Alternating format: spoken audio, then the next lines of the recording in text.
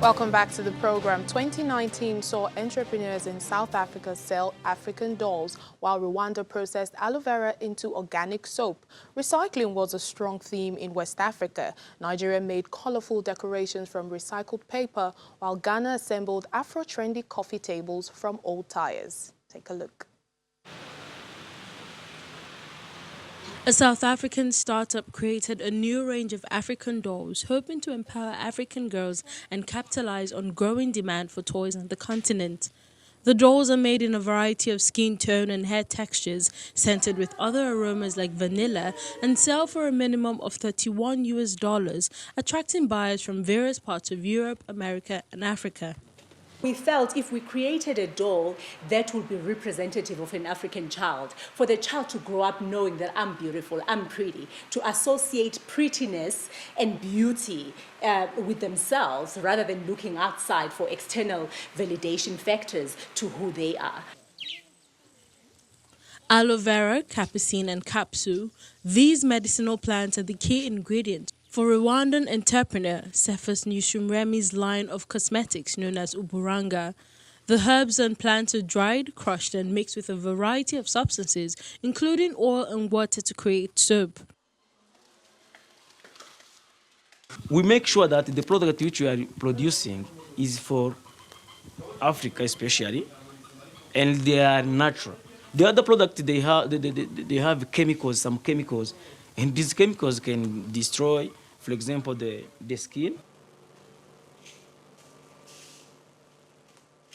Fumi Adubi is leading a class session at an art studio in Lagos, Nigeria, where she trains students on paper crafts, showing them how to shape flowers and other decorative items from recycled paper. The 29-year-old sells her products to event companies and individual clients. She also uses social media to market her work.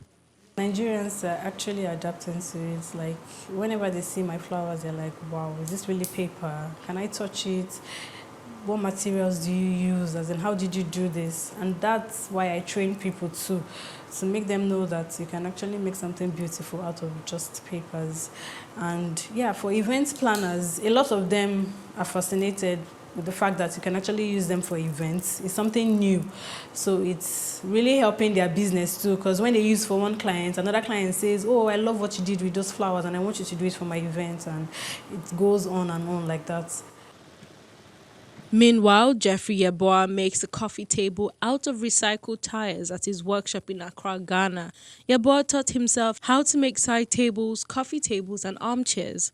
His company, Ripples Interior, employs 2 workers and uses recycled tires, glass, fabric, and various colored ropes to bring out his designs. The vision for this business is big, is wide. So I look at the broader picture, not what I'm facing now.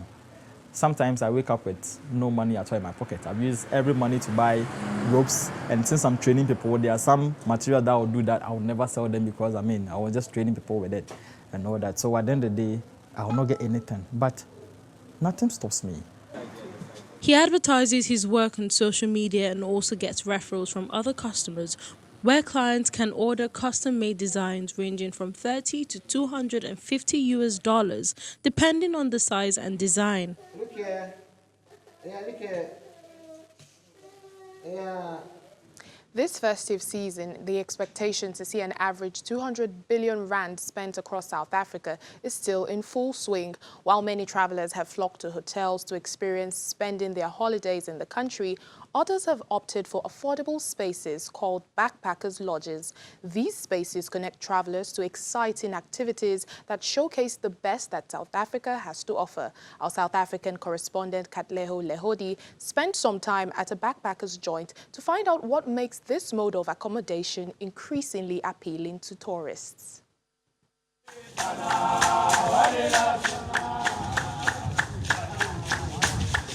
South Africa remains one of the key global tourism destinations. Every year, scores of tourists descend into the country, especially over the festive season, to spend their holidays here. The growing viable mode of living is at backpackers that have over the years seen many opting for this living arrangement while in the country. backpackers are usually a bit more laid back, a bit more relaxed, have a younger audience usually as well, and travelers that travel in a similar mode and have similar priorities as I do myself. So it's usually a good platform as well to meet like-minded people out. We are choosing not the big hotels. We like to stay in small backpackers, because then the money is going to the people in the country. We may be from different parts of the world, but there's nothing like a good old cuisine to bring us together. This, for Canada native Zane Tan, has been the highlight of his stay in the country so far. Pretty amazing. I definitely want to get more. I never got the chance to try the other meats, but I'm sure it's really good too. Everything tastes very fresh. The corn and the chicken tastes different, like better than what we get back home in North America. Maybe it's just how you grow your chickens, but it's really good. This place offers spaces that are not only affordable, but they're amazingly designed too. Spending a night at a backpacker's joint will cost you a price ranging from 100 Rand to 800 Rand, depending on the option you choose, this including a campsite that is being set up, compared to spending over 1,000 Rand a night at a hotel. Lebo Soweto Backpackers has been in business for almost 10 years, and its owner, Lebo Malepa, explains what makes backpacking a favorite for tourists. People love also to interact, that when they come, they are not tourists, they become part of the family. So they get to interact with the locals, they get to learn about who we are, not just in the tour. I have been here 12 years ago. I slept on the ground, so it was 2007. Now I have a nice room with 2 nice beds, so everything is good. Yeah. With the country's crime rate statistics high, police say they're doing all they can to ensure a safe festive season for all. We have mobilized our community patrollers, we have mobilized the reservists, and we are deploying on a daily basis so that, those who want to come and visit the tourist attraction and places, they must feel free to do so. These tourists agree that so far the streets have been safe for them. I think going into it, I was a little bit apprehensive about the safety, but our tour guide was really great. He was really good at guiding us through the streets and making sure that we're all safe.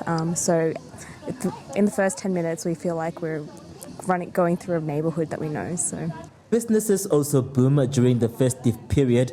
Nziki Madela operates from the famous Vilakazi Street in Soweto, 2 kilometers from a backpacker's joint, and says she's able to make a decent living out of the support she gets from tourists. Once you start telling them the truth that I'm doing the beadwork, and then they start, how do you do it, you see? And then they start supporting you. They do support us. Many people tend to choose spaces that are extraordinary to spend their holiday season, but for these travelers here, this is bound to be a festive season to remember. From Soweto, Johannesburg, South Africa, Katlego Luhodi, Channels Television News. That looks like a beautiful place to stay. Well, that's the program today. Thank you so much for watching. I'm Layo Adegoke.